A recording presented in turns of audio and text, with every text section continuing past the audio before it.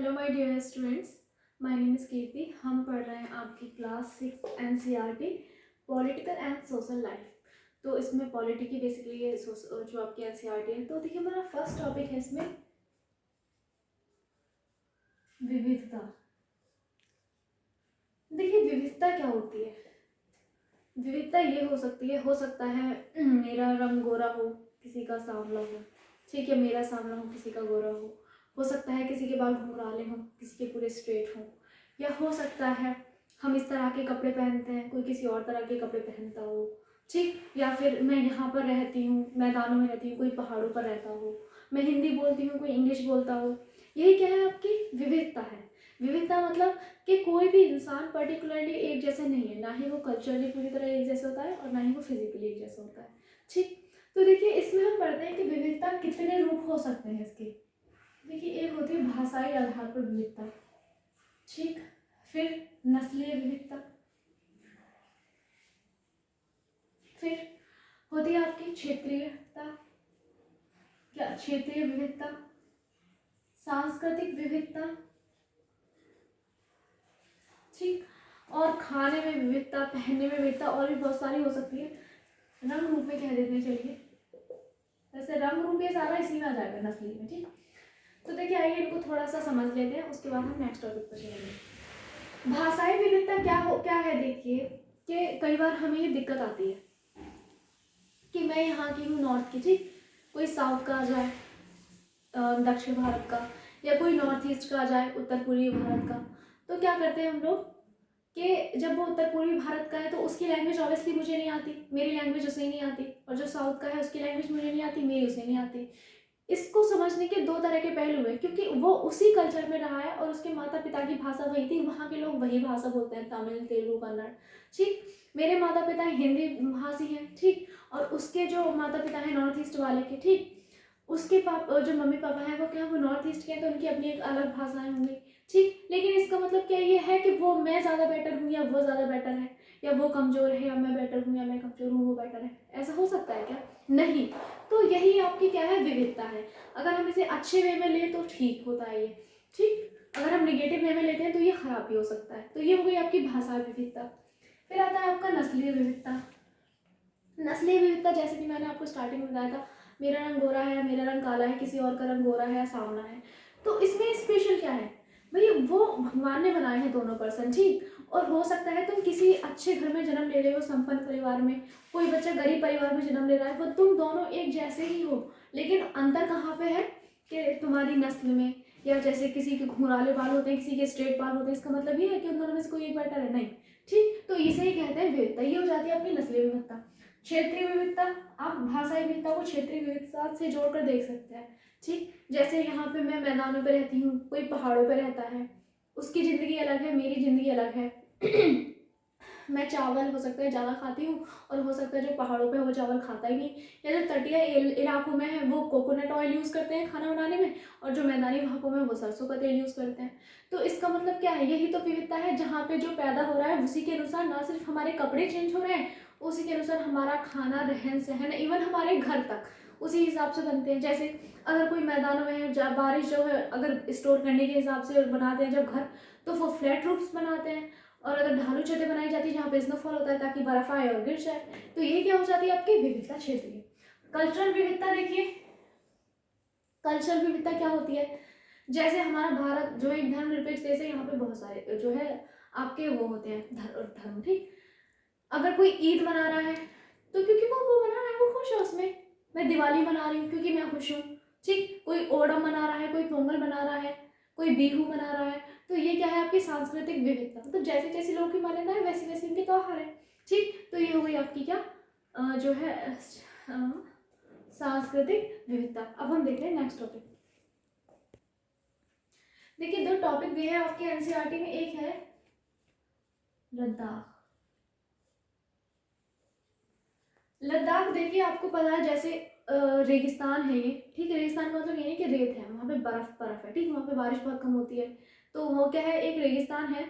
ये देखिए किस लिए फेमस है, अब यहाँ के लोगों की ज़िंदगी आपको पता है क्योंकि वो लोग पहाड़ों पर रहते हैं, ठीक, तो पहाड़ों पर जैसा खाना मिलता है, जो भी उन्हें मिलता है वो लोग वो खाते हैं, ठीक। और कपड़े कैसे पहनते हैं, भारी भारी पहनते होंगे, उनके घर कैसे होते होंगे जो नमी जो आपकी ऊष्मा है उसको स्टोर करके रख सके, इस तरह के वो घर बनाते हैं। ठीक। तो यहाँ पे दो झील के बारे में देखिए, क्योंकि वो लोग पूरी तरह से अपने जो उनके पास जो आपकी नेचुरल रिसोर्सेज हैं उन पर डिपेंड करते हैं। तो वो क्योंकि वो भेड़ पालते हैं, ठीक, भेड़ या बकरी, उनसे मिलती है उन्हें पश्मीना ऊन। अब ये पश्मीना ऊन क्या है, देखिए बहुत महंगी होती है। तो जो पश्मीना ऊन जो होते हैं वो व्यापारी वो खरीद लेते हैं, तो इससे बनाते हैं पश्मीना शॉल। आपने सुना होगा ये सिर्फ कश्मीर में बनती है और बहुत ही उच्च दाम पर बेची जाती है, क्योंकि ये ऊन जो है वो बहुत महंगा होता है, सिर्फ यहीं पे जो है पाला जाता है। ठीक। फिर आप देखिए, अब लद्दाख, अब ऐसा तो नहीं वो पहाड़ है तो लोग वहाँ पे व्यापारी जाते ही नहीं होंगे, जाते भी। इवन जो बौद्ध धर्म है वो भी तिब्बत कैसे पहुंचा, लद्दाख के रास्ते।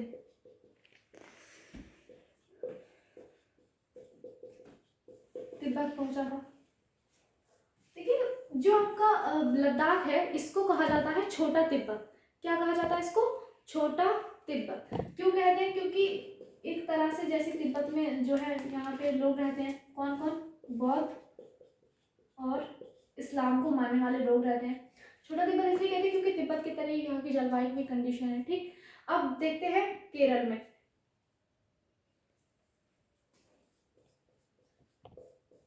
अब बात करते हैं केरल की।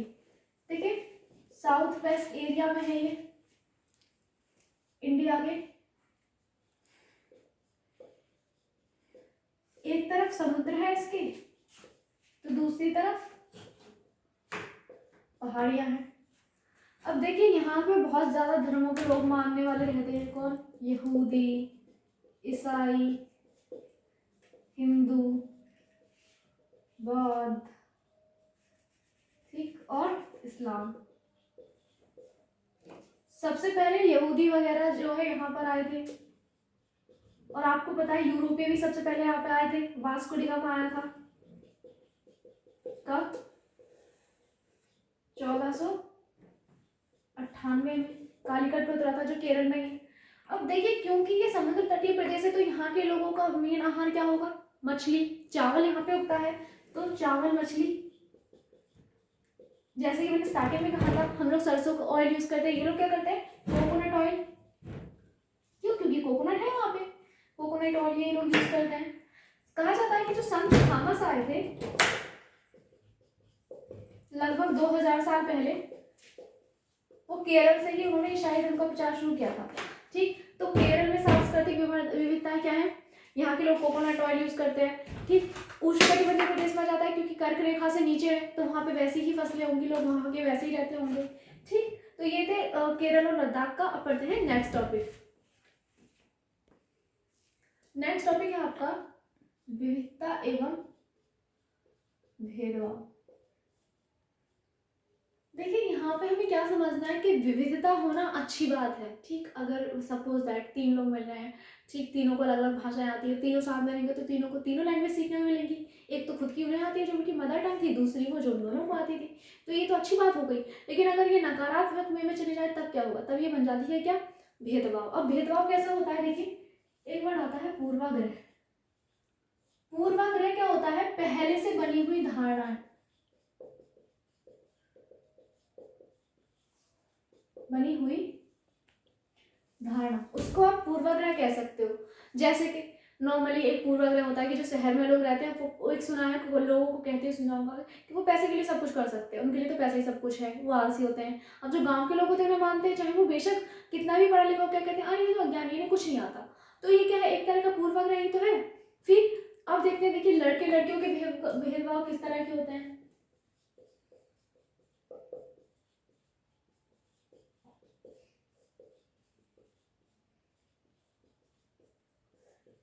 अपनी लाइफ में कोई ना कोई लड़की या फिर हर लड़की अपनी जिंदगी में एक बार कभी ना कभी भेदभाव से ग्रसित होती है। कैसे, आपने देखा होगा, इसका एक एग्जांपल है। अगर अच्छे स्कूल में पढ़ाने की बात होती है, मम्मी पापा के पास ज़्यादा पैसे नहीं है, तो वो कोशिश करते हैं कि लड़कों को ही वहाँ पे पढ़ाएं, जबकि लड़कियों को बेकार स्कूल में भी वो रहने देते हैं। और भी क्या, कि लड़कियां हैं तो वो घर के काम करेंगी, और लड़कों से कई बार क्या बोला जाता है, कैसे लड़कियों की तरह रोता है, लड़कियों की तरह रोता है। इस लाइन में क्या है कि मतलब लड़कियां इस तरह से रोती हैं, लड़कियां कमजोर होती हैं, लड़कियां कोमल होती हैं, कमजोर नहीं। तो ये क्या है, एक तरह से भेदभाव ही है, ठीक है, जेंडर स्टीरियोटाइप। अब आते हैं नेक्स्ट टॉपिक पर। नेक्स्ट टॉपिक है हमारा रूढ़िबद्ध धारणाएं क्या होती हैं, ठीक।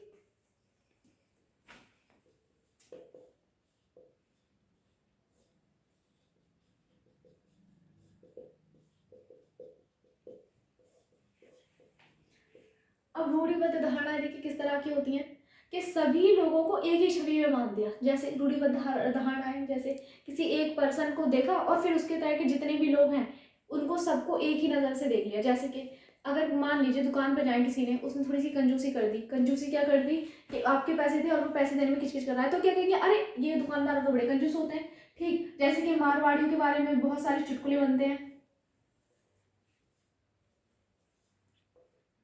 क्या मारवाड़ी कंजूस होते हैं, मारवाड़ी है क्या, ये आपने जो चुटकुले सुने होंगे अक्सर। तो ये क्या है, एक तरह से रूढ़िबद्ध धारणाएं हैं। वो हर इंसान जो है मारवाड़ियों से मिला हो जरूरी तो नहीं, लेकिन उसने क्या है कि बना ली, धारणा बना ली कि किसी ने कह दिया तो उसने सुन लिया और उसने क्या, हाँ वो लोग ऐसे ही होते हैं। तो ये क्या है, गलत है। अब देखते हैं नेक्स्ट टॉपिक। अब देखिए नेक्स्ट टॉपिक क्या है आपका, असमानता एवं भेदभाव।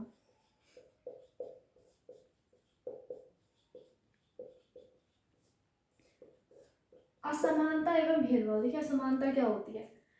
आपको पता है कि बहुत पहले से ही जो लोग होता हैं वो असमानता से ग्रसित। असमानता होती क्या है, पूर्वाग्रहों और रूढ़िबद्ध धारणाओं के आधार पर हम जब किसी के साथ एक निश्चित तरह का व्यवहार करते हैं तो वो हमारी असमानता कहलाती है। जैसे कि पहले आपको पता है जो दलित जाति होती थी, दलित का अर्थ क्या होता है, दबा कुचला। वो जातियां जो अछूत मानी जाती थी, ठीक। अछूत क्यों कहा जाता था उन्हें, क्योंकि वो लोग ऐसे काम करते थे या उन्हें जाति जो व्यवस्था थी उसके अंतर्गत ऐसे काम करने देते थे, जैसे कि सफाई उठाना, मरे हुए जानवर को उठाना, सफाई करना। तो जितने भी छोटे छोटे काम थे तो इन लोगों को अछूत माना जाने लगा। तो इनके लिए एक वर्ड आता है दलित, इसका मतलब है दबा कुचला, मतलब जिसे समाज में बहुत टाइम से दबा के रखा हो उसे दलित कहा जाता है, ठीक। तो देखिए असमानताएं कैसी हैं, आपको अम्बेडकर का एक एग्जाम्पल देते हैं, ठीक। अम्बेडकर साहिब, बाबा साहेब भीमराव अम्बेडकर, ठीक। इनका देखिए, जिनका जो जन्म हुआ था वो महाराष्ट्र में हुआ था। इसको साफ कर देते हैं पहले। देखिए एक नाम आता है भीमराव अम्बेडकर, ठीक। इनका जन्म हुआ था 1891 में और 1956 में इनकी डेथ हो गई। अब जैसे आपको पता 14 अप्रैल। तो देखिए इनका क्या था कि दलित जाति से थे और ये कहाँ पे इनका जन्म हुआ था, महाराष्ट्र, ठीक। देखिए वहां पे महार जाति में इनका जन्म हुआ था। महार जाति क्या थी, अछूत मानी जाती थी उस टाइम, ठीक। तो क्या हुआ था, अछूत जाति में इन्हें इतने ज़्यादा इन लोगों को जो है जो गांव होता है, गांव के बाहर इनके घर होते थे, इन्हें वहाँ रहना पड़ता था और छोटे छोटे काम करने होते थे, जैसे सफाई करना, भैंसों को उठाना जो मर चुकी हैं। तो क्या हुआ, जब एक बार ऐसा हुआ तो क्या हुआ, इन्हें जो है 9 साल में ही पहली बार भेदभाव का सामना करना पड़ा, ठीक। जब इन्हें जाना था अपने पापा जी से मिलने और क्या है, किसी भी गाड़ी वाले ने इन्हें नहीं बिठाया, जब ये दुगनी कीमत देने को तैयार थे तब इन्हें एहसास हुआ कि ये भी है, जाति व्यवस्था इतनी बुरी तरह से फैली हुई है। फिर उन्होंने बहुत सारे जो है आंदोलन चलाए, उनमें से एक मंदिर प्रवेश में प्रवेश नहीं करने दिया जाता था। ये स्कूल का जो क्लासेस होती, क्लास के बाहर जो गैलरी होती है वहाँ बैठ के पढ़ते थे, ठीक। इन्हें सार्वजनिक नलों से पानी नहीं लेने दिया जाता था, कुओं से, ठीक। तो इसलिए इन्हें कहा जाता है क्या, दलितों का पिता या दलितों के महान नेता इन्हें कह सकते हैं, ठीक। ये दलितों के महान नेता थे। फिर इन्होंने जब संविधान की प्रारूप समिति में जब ये आए तो इन्होंने 14 से 18 संविधान के जो आर्टिकल हैं, ठीक, उनमें क्या किया इन्होंने, समानता का ही पहला जो है दिया, समानता का अधिकार, ठीक। तो इन्होंने क्योंकि ये चीजें खुद जो है बर्दाश्त की थी, इसीलिए इन्होंने इसके खिलाफ बहुत लड़ाई लड़ी। अब पढ़ते हैं नेक्स्ट टॉपिक।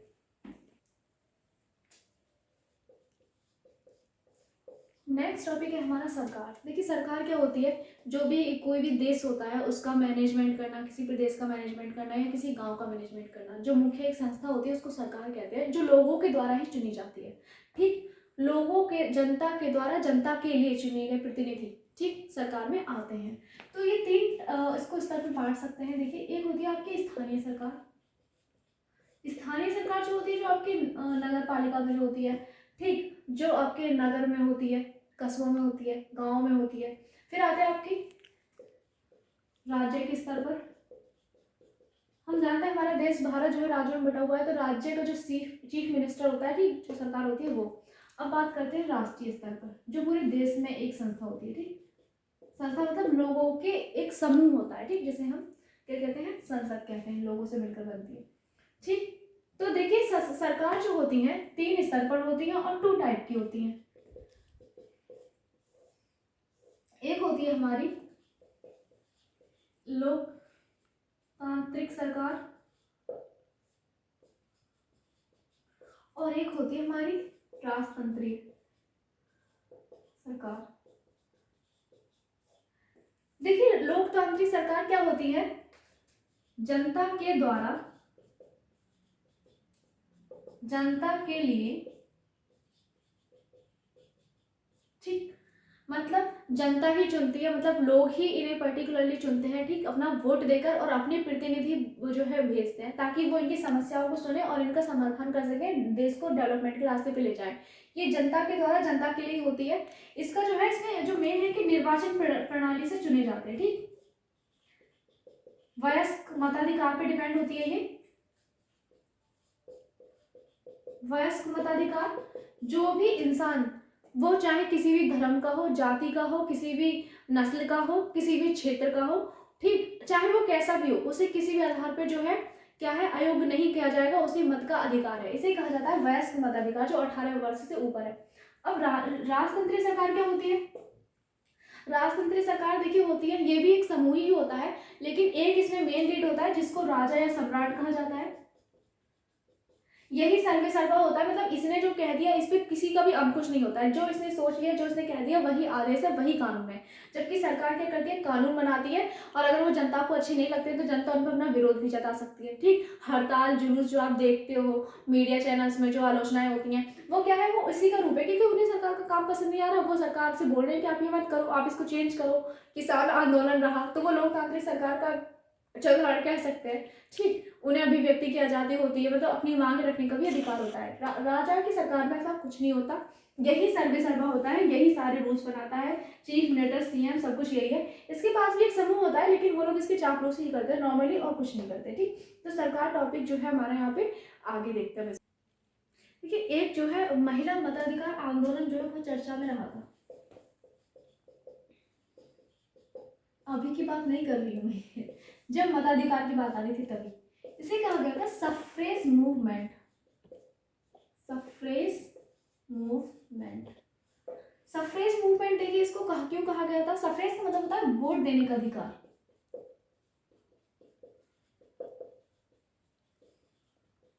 देखिए क्या होता है कि अभी हम पढ़ रहे हैं वयस्क मताधिकार मोस्टली सारे संविधानों में, लेकिन पहले क्या होता था, महिलाएं हर हक की लड़ाई बराबरी की लड़ती थी, लेकिन उन्हें मत देने का अधिकार नहीं था, ठीक। या ऐसे लोग जिनके पास संपत्ति का अधिकार नहीं होता, जिनके पास संपत्ति नहीं होती थी, उनको मत देने का अधिकार नहीं था। ऐसा भेदभाव क्यों था? तो महिलाओं ने जो आंदोलन किया, क्योंकि वो भी तो बराबर जीडीपी में हिस्सेदारी करती हैं। वो बात अलग है, उनका काम काउंट नहीं होता, हमारे देश में नहीं होता, वैसे बहुत सारे देश हैं जो महिलाओं के जो घरेलू काम होते हैं उनको भी जीडीपी में काउंट करते हैं, ठीक। तो क्या है, वो भी तो करती है, तो उन्हें वोट देने का अधिकार क्यों नहीं? तो इसके लिए बहुत ज़्यादा मूवमेंट चले, ठीक। सफ्रेज मूवमेंट इसको कहा जाता है, महिला मताधिकार आंदोलन को। इवन अमेरिका जैसे विकसित देश में भी 1928 में मताधिकार प्राप्त हुआ महिलाओं को। आप समझ सकते हैं कि जो विकसित हो चुका है इतने पहले, इसकी क्रांति इतने पहले हो चुकी है, उसमें भी कब है, इतने टाइम पे जो है मताधिकार प्राप्त हो रहा है, ठीक। और फिर क्या है, इंग्लैंड की महिलाओं को भी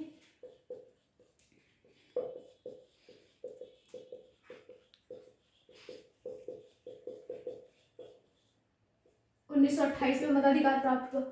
ऐसा क्यों हुआ देखिए, उसके पीछे रीजन यही है कि वो लड़ती रही और तब कहीं जाके उनको ये प्राप्त हुआ। अब पढ़ते हैं नेक्स्ट टॉपिक। देखिए ये जो मताधिकार प्राप्त हुआ था किसे, अमेरिका में, यूएसए कह सकते हैं, 1920 में हुआ था। 1928 में इंग्लैंड में बाद में हुआ था, क्योंकि जो आपकी क्रांति हुई थी वो अमेरिका में पहले हुई थी, यहाँ के लोग पहले जागरूक हुए थे। आपको पता है फर्स्ट डेवलपिंग कंट्री है, तो 1920 में यहाँ की महिलाओं को मताधिकार और इंग्लैंड की महिलाओं को 1928 में मताधिकार प्राप्त हुआ था, ठीक। आप पढ़ते हैं नेक्स्ट टॉपिक। नेक्स्ट टॉपिक है हमारा लोकतांत्रिक सरकार के मुख्य कर्तव्य, ठीक, या मुख्य तत्व आप कह सकते हो, मुख्य तत्व। तो देखिए इसका एक एग्जाम्पल लेके देखते हैं पहले, क्योंकि ऐसा नहीं है कि लोकतांत्रिक सरकार इंडिया में पहले आई थी या फिर भेदभाव सबसे पहले यहीं पे था। देखिए साउथ अफ्रीका एक एग्जाम्पल इसका लेते हैं पहले, उसके बाद हम इसको अच्छे से समझ पाएंगे। देखिए साउथ अफ्रीका में क्या था, दो प्रजातियां थी मेनली, एक होती थी श्वेत और एक होती थी अश्वेत। अब देखिए क्या था, श्वेत लोगों को अच्छी जमीनें मिलती थी, इनके बच्चे अच्छे स्कूलों में पढ़ते थे, इनके लिए शहर अलग होते थे, बसें, इवन बस और रेल तक श्वेत लोगों के लिए अलग थी। अश्वेत लोगों को घटिया किस्म की जमीन मिलती थी, इनके लिए बेकार स्कूल होते थे, बेकार सुविधाएं नहीं मिलती थी, ठीक। तो एक तरह का ये भेदभाव तो हुआ, क्यों, क्योंकि अब उनके कलर की वजह से, ठीक। तो देखिए क्या हुआ, एक शहर था साउथ वेस्ट में, किसके, साउथ अफ्रीका के, सोवेटो नाम का एक शहर था। यहाँ पे कौन रहते थे, अश्वेत लोग पूरे इस शहर में रहते थे, ठीक। तो जो श्वेत लोग थे वो जो लैंग्वेज बोलते थे वो थे अफ्रीकांस, ठीक। और जो अश्वेत लोग थे वो एक लैंग्वेज बोलते थे जुलू। तो देखिए क्या हुआ, जो जुलू लैंग्वेज बोलते थे उन पर जो है बहुत ज़्यादा उनको मारा गया, उन पर अत्याचार किए गए ताकि वो अफ्रीकांस भाषा बोले, ठीक। अब देखिए आप ये भाषा के आधार पर एक तरह से भेदभाव हुआ ना, कि वो जुलू भाषा बोले तो उनको अफ्रीकांस भाषा बोलने के लिए मजबूर किया जा रहा है। एक लड़के ने नहीं बोली तो उसको गोली मार दी। तो इन लोगों ने भी बहुत ही लंबा संघर्ष किया अपने लिए। फिर एक पार्टी बनी थी, अफ्रीकी राष्ट्रीय कांग्रेस।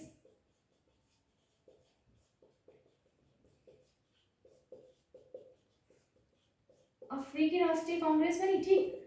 तो देखिए इनके एक नेता हुए थे नेल्सन मंडेला, ये वही नेल्सन मंडेला है जो गांधी जी से बहुत ज्यादा प्रभावित थे और साउथ अफ्रीका के पीएम भी रह चुके थे, ठीक, जो भी वहाँ के हेड होते हैं, ठीक। तो देखिए इन्होंने क्या किया, इन्होंने जो है इनके खिलाफ जो है लड़ाई लड़ी, श्वेतों के खिलाफ और अश्वेतों के पक्ष में लड़ी, ठीक। इन्होंने बहुत लंबे तक संघर्ष किया, किसके खिलाफ, रंग भेद के, सिर्फ रंग ही तो मेन मैटर था। और 1994 में इन्हें सफलता भी मिली। 1994 में क्या हुआ, रंग किसी भी भेदभाव के आधार पर जो है कानून बना, कहाँ, अफ्रीका में। तो फाइनली क्या हो गया, ये जो है भेदभाव से मुक्त हो गया, या हो पूरी तरह हो गया ये हम अभी भी नहीं कह सकते, लेकिन कानूनी रूप से ये हो गया, ठीक। अब हम पढ़ते हैं नेक्स्ट। देखिए किसी भी लोकतांत्रिक सरकार में जो इम्पोर्टेंट है वो है भागीदारी। 1994 में अफ्रीका क्या हुआ, साउथ अफ्रीका आपका लोकतांत्रिक गवर्नमेंट बन गई उसमें, ठीक। तो भागीदारी क्या होती है, सभी सरकार जो होती है एक निश्चित टाइम के लिए आती है और उसमें सबके भागीदार होते हैं, मतलब सबकी प्रतिनिधि होती है जो जनता चुनकर भेजती है, ठीक। और वो क्या करते हैं, फिर उनका चुनाव होता है। अगर आपको पसंद नहीं है किसी भी सरकार के फैसले तो आप हड़ताल कर सकते हैं, जुलूस निकाल सकते हैं, धरने दे सकते हैं, हस्ताक्षर अभियान चला सकते हैं। जैसे कि आपने किसान आंदोलन, इसका बहुत अच्छा एग्जाम्पल है, उन्होंने 1 साल तक जो है किसान आंदोलन किया। CAA लोगों को पसंद नहीं आया, उन्होंने शाहीन बाग में भी जो है आंदोलन किया। वो बात अलग है कि अगर ये हिंसक हो जाते हैं तो ये गलत है, लेकिन अभिव्यक्ति की आज़ादी है, आप अपना विरोध जता सकते हैं, ठीक। अब विवादों का समाधान देखिए कैसे हो सकता है, सरकार क्या करती है, सरकार के ऊपर भी तो जिम्मेदारी है कि उसके जो राज्य क्षेत्र है, राज्य वर्ड यहाँ पे देश के लिए यूज हो रहा है, ठीक। उसका जो देश का क्षेत्र है या राष्ट्रीय क्षेत्र है, राज्य क्षेत्र है, वहाँ पे कोई भी विवाद ना हो, गवर्नमेंट उनका समाधान करती है, ठीक। क्योंकि प्रतिनिधि जनता की है और जनता ने ही उन्हें चुना है, अगर जनता उनको नहीं चाहती तो अविश्वास प्रस्ताव लाके पूरी सरकार गिर जाती है, ठीक। अब देखते हैं कि ऐसे कुछ और भी विवाद है जो बहुत लंबे समय से चल रहे हैं। जैसे नदी विवाद आपने सुना होगा। नदी विवाद क्या होते हैं, अक्सर दो या दो से राज्यों के बीच में होते हैं, नदी को पानी के यूज को लेकर ही होते हैं मेनली। जैसे एक कावेरी जो है नदी विवाद है, किसके बीच में चल रहा है ये, कर्नाटक और तमिलनाडु। इन पर कमेटियां भी बनती है, लेकिन फैसले आते हैं तो कुछ लोग को कभी ये मान जाते हैं तो कभी ये नहीं मानते, कभी ये नहीं मानते तो कभी ये मान जाते हैं। तो क्या है, देखिए कावेरी नदी पे जो है विवाद चला है, क्यों, क्योंकि कर्नाटक ने जो डैम बनाया है कावेरी नदी पे, उसका नाम है क्या, कृष्णा सागर। वो ज्यादा से ज्यादा उसका पानी यूज कर लेना चाहता है ताकि तमिलनाडु को ना मिले। और तमिलनाडु ने भी एक जो है उस पर बांध रखा है ऑलरेडी कावेरी पे, वो क्या है, क्या, मैटूर बांध, मैटूर नाम है शायद उसका, मैटूर बांध, ठीक। ये भी किस पे है, कावेरी नदी। तो देखिए क्या है, दोनों आपस में लड़ते रहते हैं। ऐसे बहुत सारे जो है नदी विवाद आपको पढ़े हुए हैं, कृष्णा नदी जल विवाद, कावेरी नदी जल विवाद, जो उत्तर प्रदेश और उसका है, और भी ऐसे बहुत सारे विवाद आपको मिल जाएंगे। तो ये टॉपिक यहाँ पे समाप्त होता है। Thank you.